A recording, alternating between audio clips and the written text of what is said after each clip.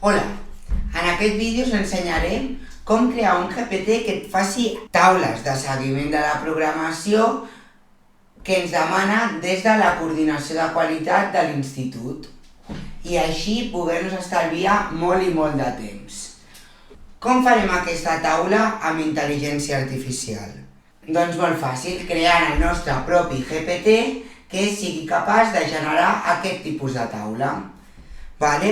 I com ho hem fet? Ara t'ensenyo com he fet jo el del nostre institut. El nostre GPT es diu Seguiment de Programacions Narcís Monturiol. I aquí ja es pot veure que el nom és Seguiment de Programacions Narcís Monturiol. Ficar el meu nom, vale? I com a descripció, amb aquest GPT podreu crear les taules que es demanen des de la coordinació de qualitat del Narcís Monturiol. I directament ja tens un prompt predeterminat que ja et pregunta, et demana els documents que necessita per poder-te generar aquest seguiment de la programació. En el nostre cas hem decidit que els documents necessaris són el projecte curricular de cicle, les directrius del Departament d'Ensenyament i li diem a ChatGPT: aquí tens els documents que m'has demanat. Ara farà un resum de cadascun dels documents que jo ja ho tinc programat perquè faci aquest resum, perquè així m'asseguro que ho llegeix. Aquí et fa un resum mini del projecte curricular de cicle, un mini resum de les directrius i un resum també de la programació. Aquesta programació encara està per UEFs perquè encara estic treballant en la nova programació per RAs. Diu: amb aquest resum puc procedir a generar la taula de seguiment de programació. Digueu-me si vols que comenci amb alguna unitat formativa i criteri d'avaluació concret o si necessites algun altre detall abans de començar. Nosaltres li diem que ja pot començar i directament ens genera la taula.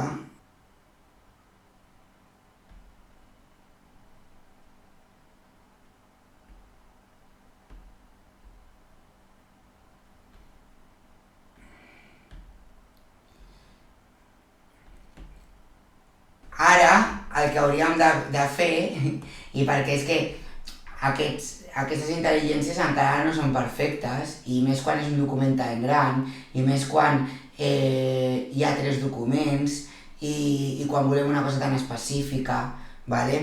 Llavors, jo sé que s'ha oblidat coses, vale? Llavors, ara li podem dir: fes una revisió. Crec que t'has deixat instruments, continguts i criteris. És molt important que no te'n deixis cap.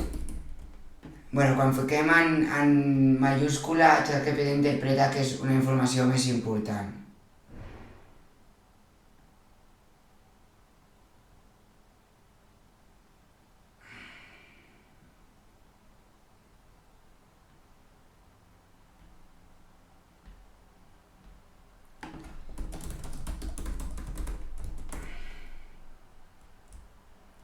La cosa està en que encara avui, encara que utilitzem la intel·ligència artificial, no és perfecta.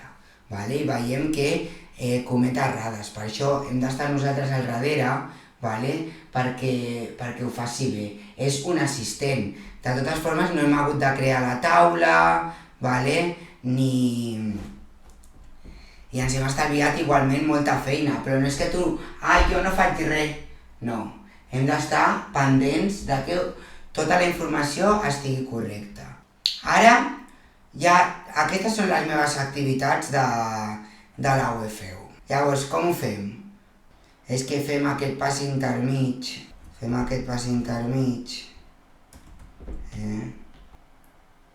I ara sí que sí.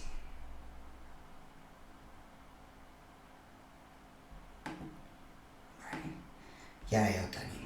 I ara es tractaria de posar la maca, però ens hem estalviat molt de temps en comparació amb el que trigaríem fent-la nosaltres mateixos. Vale? I bueno, a veure, el ChatGPT es pot oblidar coses, però nosaltres també ens les oblidaríem, pot ser. Vale? Llavors, ara t'explicaré com fer aquest GPT especialitzat perquè faci aquestes taules i que no li haguem de dir tota l'estona què volem que faci.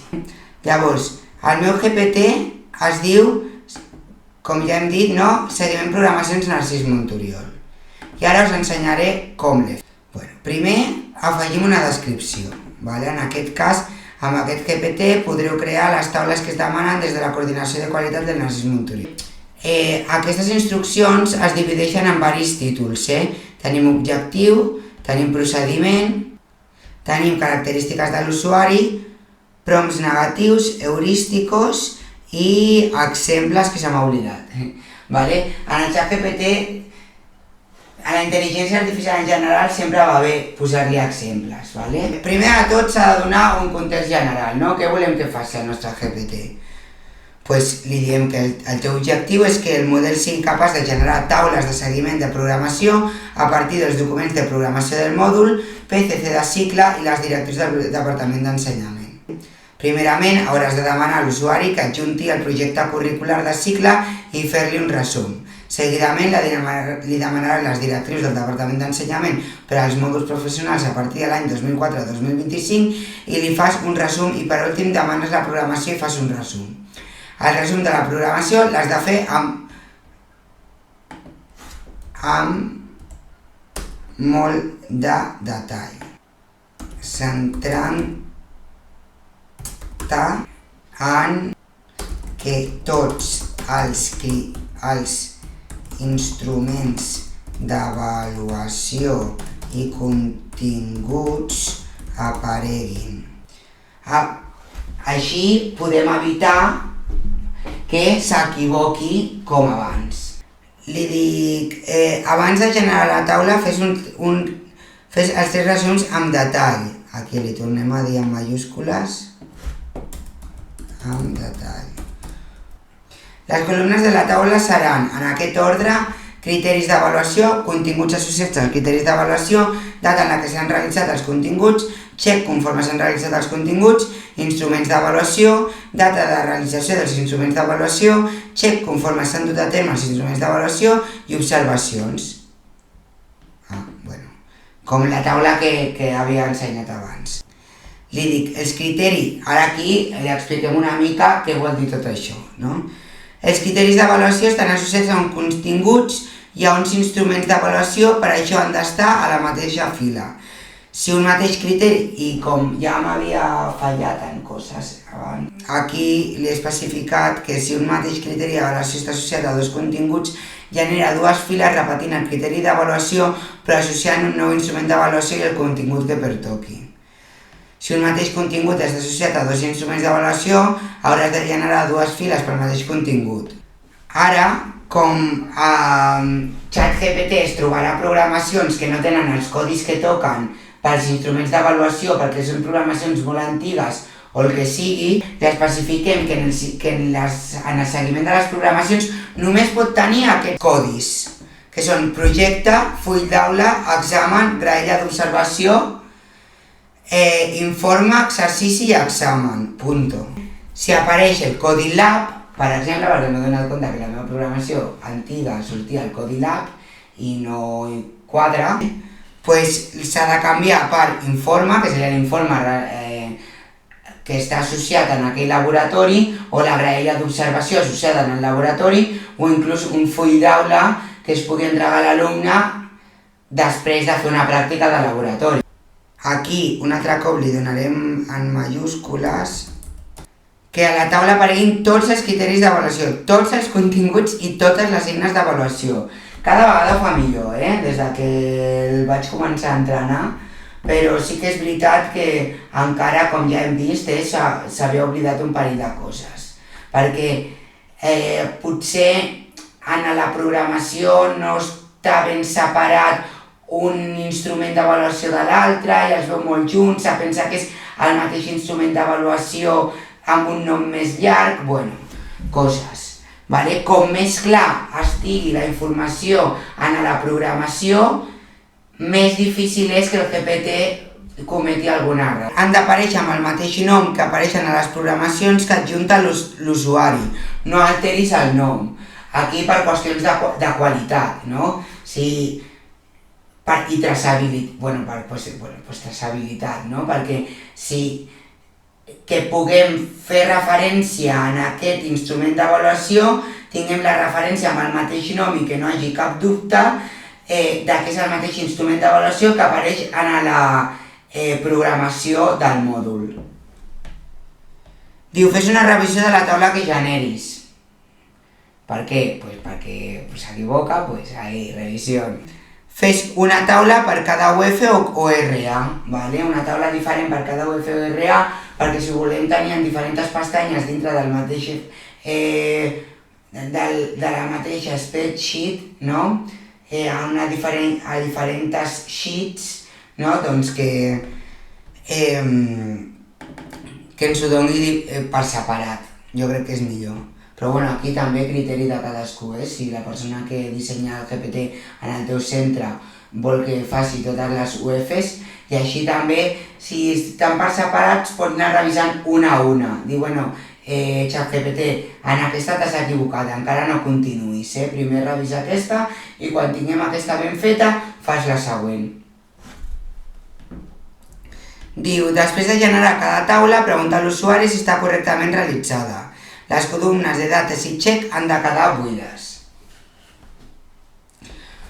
Per què? Perquè al principi em ficava checks a l'apartat de check i em ficava una data random a l'apartat de data. Per què? Pues perquè ho ha d'omplir tot el ChatGPT, és així de listil. Llavors aquí li fiquem un exemple. La fila 1 sempre ha de tenir criteri d'avaluació, el que li hem dit al principi, la primera fila, que serà l'encapçalament de la taula. Fila 2. La fila 2 li donem un exemple, no? Que és un cop m'ho ha fet bé, he agafat la mateixa fila que ja m'havia fet bé i li he donat com a exemple, perquè quan l'estava entrenant. I li dic, 1.1, que seria el criteri d'avaluació, descriu les diferents àrees que conformen les indústries farmacèutica, cosmètica i afí. 1.1, que seria el contingut, seria àrees de la indústria farmacèutica, layout, característiques i materials de construcció, data, i aquí check, i aquí ja tindríem l'exercici, aquí ja tindríem l'instrument d'avaluació, la data i ja està. I aquí li dono un altre exemple i un altre exemple, de la fila 3 i la fila 4. Li dic, has de continuar llenant files fins que tots els criteris d'avaluació, continguts i eina d'avaluació estiguin a la taula. Característiques de l'usuari. Rol professional, professor de formació professional, pot ser professor de secundària, pot ser professor del que sigui, sembla que tinguis que seguir un seguiment de programació. Li dic sempre parla en català, perquè a vegades se li va una mica l'olla i comença a parlar en l'idioma que li dóna la gana. Llavors parla sempre en català perquè els documents han d'estar en català. Pronoms negatius, ara qui no parla en català soc jo, perquè això ja ho tenia predeterminat i com el ChatGPT ho entén tot, ja ho he deixat així. El vídeo d'avui està enfocat a fer seguiment de programació i és de l'àmbit educatiu, i això, com ho podeu trobar a qualsevol altre vídeo, ja no cal que us ho expliqui jo. I llavors, un cop el teniu fet, el podeu anar entrenant aquí, podeu anar provant en aquesta zona que posa previsualitzar i ja anireu retocant aquelles coses que veieu que no fa bé, modificant les instruccions per veure si ho podeu millorar. I un cop estigui fet, ho comparteixes, jo ho tinc públic perquè així el puc compartir més fàcil, no cal que ningú passi el link a tothom. I ho tinc de categoria educació. I llavors l'actualitzo, en tot cas vosaltres aquí tindria una icona que seria crear, i ara ja aneu a ver GPT, i ja teniu el vostre GPT, jo he ficat aquí una foto ben xula, i ja està, ¿vale? Bueno, espero que us hagi servit i que pugueu utilitzar això per viure millor i per dedicar-li menys temps a coses que realment com a persona no t'aporten valor afegit, però que tenen la seva importància pel bon funcionament de l'organització. Però ja saps, l'objectiu és, al final, dedicar la major part dels teus recursos de temps a crear bones classes i a que els alumnes aprenguin, més que a dedicar-li a tota aquesta burocràcia que al final és això, que no ens aporta res com a persones i per tant, com més automatitzat i més fàcil sigui de fer, molt millor. Espero que t'hagi agradat el vídeo i ens veiem en propers vídeos, que ara ja m'he motivat i faré més vídeos.